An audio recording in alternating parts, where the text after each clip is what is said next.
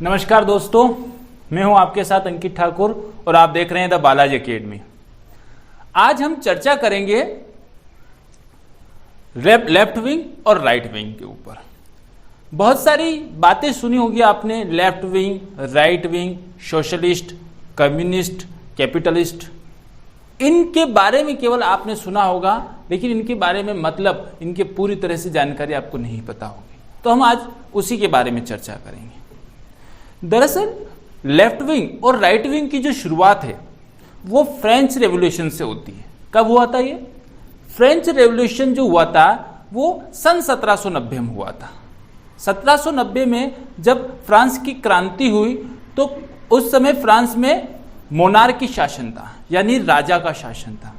जब क्रांति हुई और क्रांति होने के पश्चात राजा उस सभागृह में बैठा तो उसके लेफ्ट साइड में वो लोग बैठे जो कि परिवर्तन चाहते थे, जो कि लोकतंत्र चाहते थे, जो समाज में बदलाव चाहते थे। लेकिन राजा के राइट साइड में वो लोग बैठे जो राजा का शासन जारी रखना चाहते थे तथा जो चल रहा है उसी को ही चलने देना चाहते थे। तो वहां से लेफ्ट विंग तथा राइट विंग की शुरुआत मानी जाती है। अब लेफ्ट विंग और राइट विंग को अगर पूर्ण रूप से देखेंगे तो आपको अमेरिका की राजनीति में दिखेगा। अमेरिका में केवल और केवल दो राजनीतिक दल है। कौन से? एक है रिपब्लिकन्स और दूसरे हैं डेमोक्रेटिक। डेमोक्रेटिक जो है वो लेफ्ट विंग के हैं और जो रिपब्लिकन्स है वो राइट विंग के हैं। इसीलिए आप देखेंगे कि जो डोनाल्ड ट्रंप है वो बीजेपी के समर्थक माने जाते हैं, वहीं वहां की डेमोक्रेटिक पार्टी जब सत्ता में होती है तो वो कांग्रेस के करीब होती है। और भारत के परिप्रेक्ष्य में देखें तो सबसे पहले हम चर्चा करेंगे कि ये लेफ्ट विंग और राइट विंग होता क्या है। लेफ्ट विंग यानी बाएं पक्ष और दाएं पक्ष होता क्या है।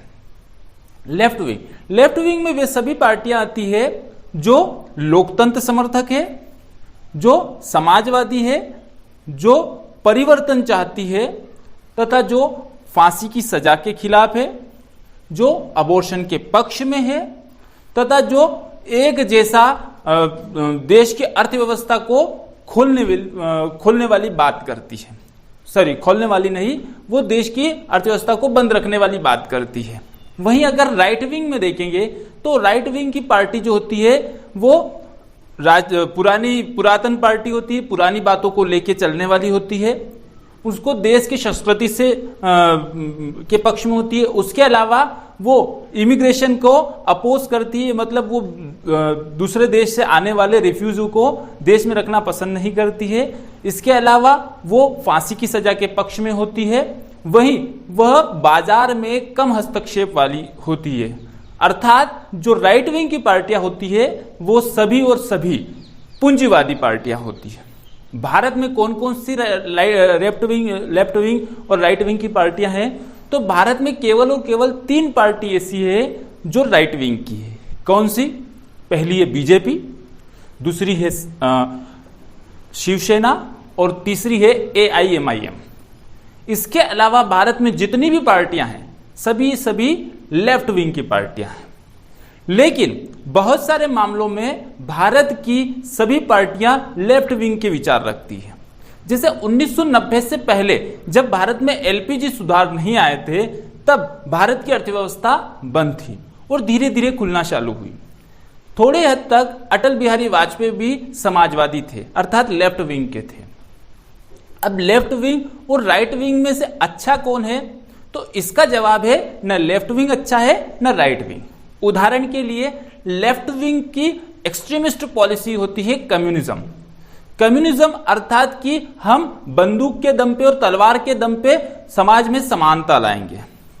इसका नतीजा आप देख चुके हैं कि चीन में जब माओ की सरकार थी और स्टालिन की सरकार जब USSR में थी तब वहां पे मास स्केल पे लोगों को मारा गया, लगभग 3 करोड़ से ज्यादा लोग मारे गए। वहीं अगर राइट विंग की एक्सट्रीमिस्ट देखेंगे आप तो वो होते हैं फासिस्ट। जैसे आपने नाम सुना होगा हिटलर इतना फासिस्ट था कि उसने न जाने कितने, लगभग 6 करोड़ के आसपास द्वितीय विश्व युद्ध में लोग मरे थे और ये राइट विंग की पार्टी थी।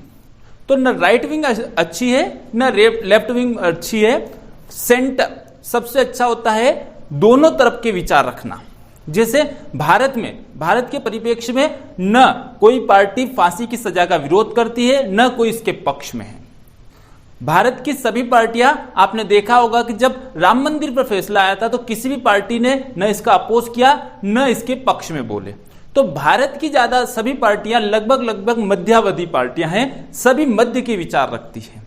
तो ये होता है लेफ्ट विंग और राइट विंग। आशा करता हूं आपके पूरी बात समझ में आई होगी। नमस्कार, हमारा चैनल देखते रहिए और हमारे चैनल को सब्सक्राइब कीजिए।